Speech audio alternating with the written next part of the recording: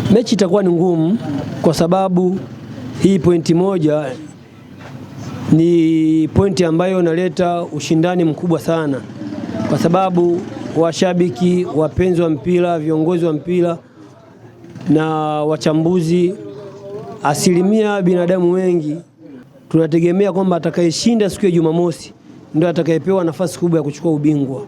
Kwa kikosi ninavyokiona na mechi ni ngumu, chochote kinaweza ikatokea katika mpira, lakini naamini kwa timu yangu jinsi ilivyo kwamba ushindi inaweza katokea goli 2-1 au 1-0.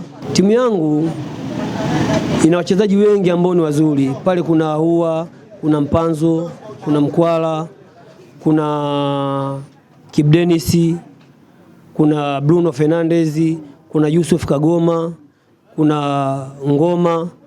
Wote hao ni wachezaji ambao timu inawategemea kwa kiasi kikubwa sana. Kocha katika mfumo ambao inatakiwa aende nao ili angalau timu iweze kwenda kwenye ushindani mzuri zaidi.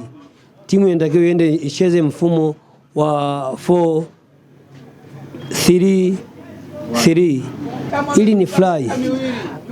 Ngoma atangeanzia nje, Yusuf Kagoma akarudi namba 6, akaja Bruno Fernandes akaja namba 8, namba 10 akacheza Ahua, namba winga moja akacheza Kibu Denis, winga nyingine akacheza Elia Mpanzo, namba 9 akamwanzisha Mkwala.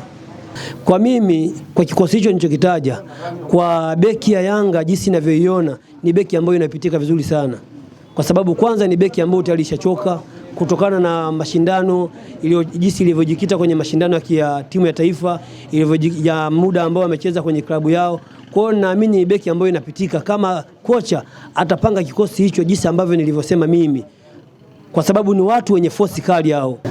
Yaani kwenye kikosi cha mpinzani wangu wachezaji ambao wanaosumbua zaidi kuna Ziziki, kuna Maxi, kuna Kakome Zozoa. Hao ni wachezaji ambao ndo wanategemea, ndo tegemezi kubwa sana kwenye timu ya mpinzani. Lakini kama mwalimu wa Simba kama ataweza kuwadhibiti watu hao, naamini ushindi uko dhahiri. Asante sana. Napenda kuwatumia ujumbe, cha kwanza naomba wawe na utulivu, cha pili na waombea dua Mungu awajalie wafike salama na waweze kupata ushindi.